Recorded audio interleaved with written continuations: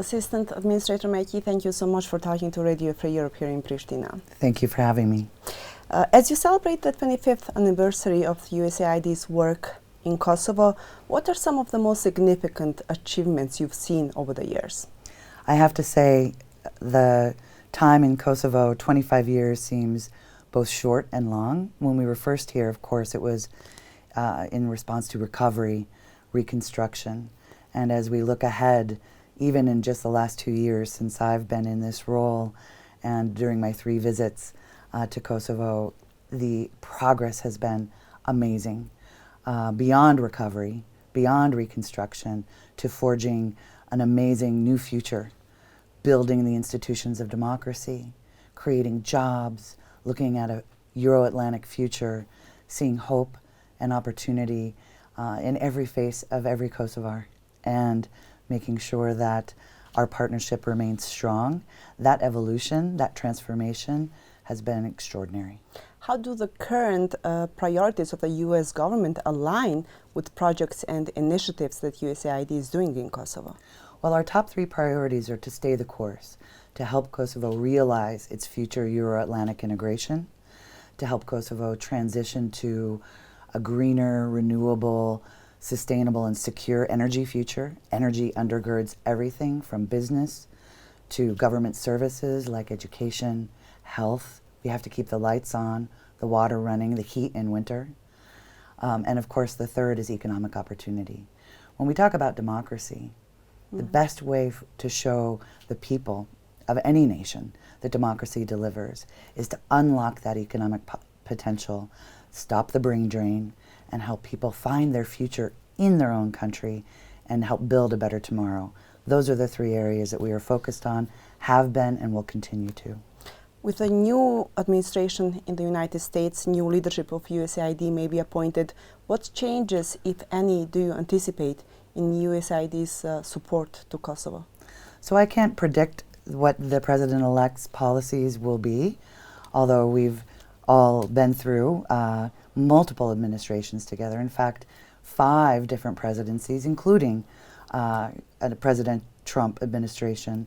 And I can say that the relationship has not wavered, and our commitment, the American people's commitment to the people of Kosovo, has endured, and I am confident it will continue to. How do you envision USAID's role evolve further in the next couple of years?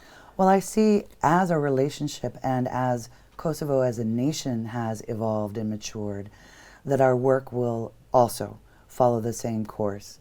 We have gone from recovery, as I said, and sort of humanitarian relief to building a better tomorrow, and that means job creation, private sector investment, helping ensure that the next generation has the skills for 21st century application.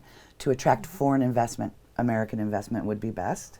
And of course, looking towards that Euro-Atlantic integration so that the community of nations, that the United States enjoys alliances, partnerships, trade, and of course, a long history endures, and Kosovo has an outsized role to play in that partnership and in that future. I don't anticipate the United States changing its own position and work towards all of our European partners, including Kosovo.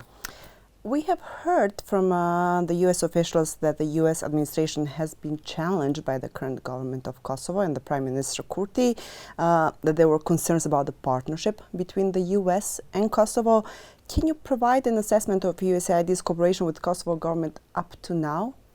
So every partnership, whether it's a marriage or a bilateral strategic partnership, has its ups and downs. But I think from what I've seen, particularly during this trip, you overcome those hurdles and you identify, again, that common ground, those common goals that you work together towards. Multiple administrations on the U.S. side, multiple administrations on the Kosovo side, and I think, as you've seen, our work, our partnership, particularly for the people of Kosovo, has remained steady and unwavering.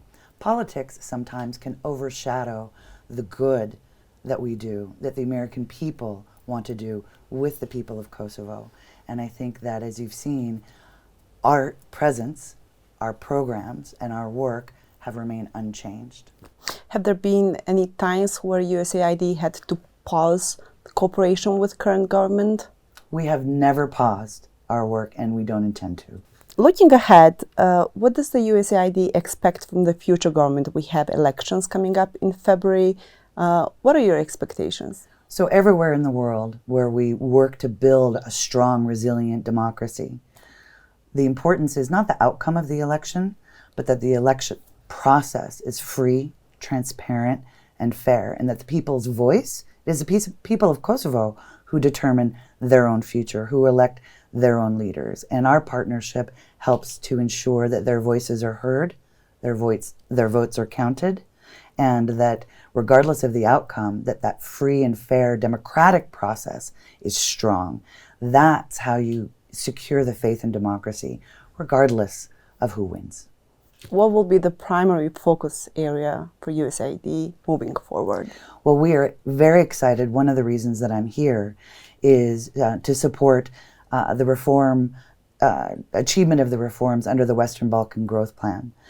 This is a real opportunity for all of the 6 Western Balkan nations to move forward in EU accession, to be able to not just pass reforms, but implement them in a meaningful way that every citizen understands what's in it for them, and to be able to see in line of sight what membership in the EU or what economic integration and connectivity can bring to them, to their individual families, to their communities, and of course to open up the doors for greater investment and economic growth. I had the great opportunity last night to celebrate a new investment that the United States is making in Jarafa.